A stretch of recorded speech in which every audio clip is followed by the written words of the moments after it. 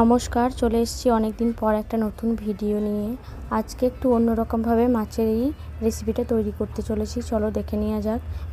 প্রথমেই কড়াইয়ের মধ্যে তেল দিয়ে তার মধ্যে নুন হলুদ মাখিয়ে রাখা মাছগুলোকে দিয়ে ভাজা ভাজা করে তুলে নিয়ে নিচ্ছি। তারপর ওর মধ্যে দিয়ে দিলাম শুকনো লঙ্কা আর গোটা গরম মশলা, তারপর বেটে রাখা মশলা দিয়েছি। মশলাটা ভালো করে কষিয়ে নিতে হবে। ভালো করে কষিয়ে নেওয়ার পর এর মধ্যে দিয়ে দিলাম নুন, জিরে গুঁড়ো, ধনে গুঁড়ো, হলুদ গুঁড়ো, লঙ্কার গুঁড়ো।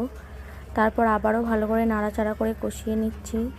তারপর এর মধ্যে কষানো হয়ে গেলে দিয়ে দেব ফেটিয়ে রাখা টক দই। এরপর টক দইটা দিয়ে গ্যাসটাকে একটু কমিয়ে ভালো করে নাড়িয়ে নিতে হবে মশলাটার সাথে। তারপর তেলটা উপরে ভাসা ভাসা হয়ে গেলে এর মধ্যে দিয়ে দিতে হবে জল।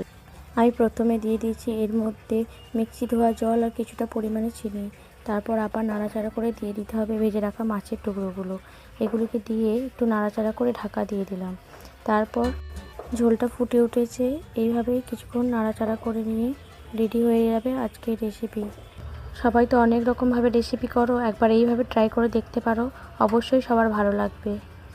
আর অবশ্যই কমেন্ট করতে ভুলো না কেমন হয়েছে আমার এই রেসিপিটা। আবারও ফিরে আসবো নতুন কোনো রেসিপি নিয়ে। ততক্ষণ চলো টাটা, বাই বাই।